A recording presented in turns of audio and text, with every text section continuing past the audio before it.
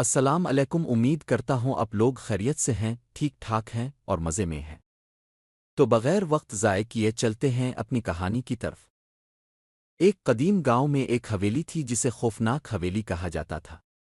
لوگ کہتے تھے کہ وہاں رات کے وقت عجیب و غریب آوازیں سنائی دیتی تھیں اور وہاں جانے والا کبھی واپس نہیں آتا تھا۔ حویلی کے بارے میں ایسی کہانیاں مشہور تھیں کہ لوگ اس کے قریب جانے سے بھی ڈرتے تھے۔ ایک دن ایک نوجوان لڑکا حسن، جو بہادری کے لیے مشہور تھا، نے فیصلہ کیا کہ وہ اس حویلی کی حقیقت جانے جائے گا۔ اس نے سنا تھا کہ حویلی میں ایک جن کا سایہ ہے جو لوگوں کو اپنے جال میں پھانس لیتا ہے۔ رات کے وقت حسن حویلی کے دروازے پر پہنچا۔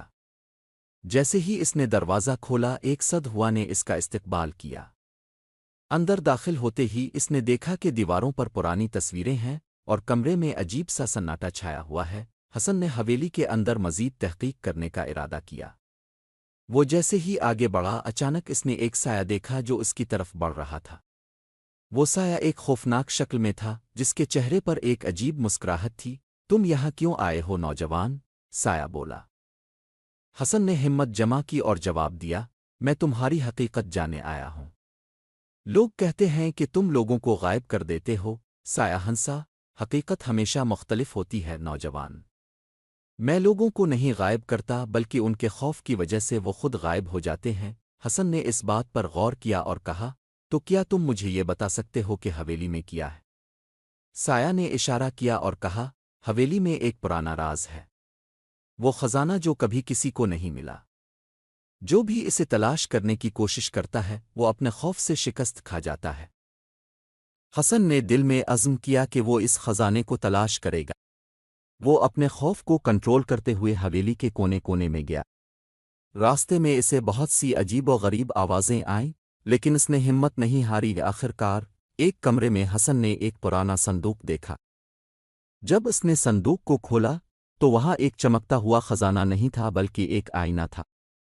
جب حسن نے آئینے میں دیکھا تو اس نے اپنے اندر کے خوف کو دیکھا۔ سایہ پھر سامنے آیا اور کہا، یہی تمہارا خزانہ ہے نوجوان؟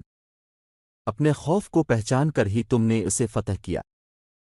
حسن نے سمجھ لیا کہ حقیقی خزانہ ہمیشہ ہمارے اندر ہوتا ہے۔ اس نے آئینے میں اپنی تصویر کو دیکھ کر مسکرایا اور کہا، میں نے اپنے خوف پر قابو پا لیا ہے۔ حویلی کی ہوا تبدیل ہو گئی اور خوف کی جگہ ایک سکون چھا گیا۔ حسن نے حویلی کو الوداع کیا اور گاؤں واپس لوٹ گیا۔ اس نے لوگوں کو بتایا کہ خوفناک حویلی میں کوئی بھوت نہیں بلکہ ایک سچائی ہے جسے سمجھنا ضروری ہے۔ یہ کہانی ہمیں یہ سکھاتی ہے کہ حقیقی خوف اکثر ہمارے دل میں ہوتا ہے، اور جب ہم اس کا سامنا کرتے ہیں تو ہم اپنی زندگی میں سکون پا لیتے ہیں۔ اگر آپ کو میری ویڈیو اچھی لگی تو چینل کو سبسکرائب کریں، ویڈیو کو لائک کریں اور بیل آئیکن کو دبانا نہ بھولیں۔ اور ہاں، کمنٹ میں اپنی رائے دینا نہ بھولیں۔ ملتے ہیں آپ لوگوں سے کسی اور ویڈیو میں۔ جب تک کے لیے اللہ حافظ۔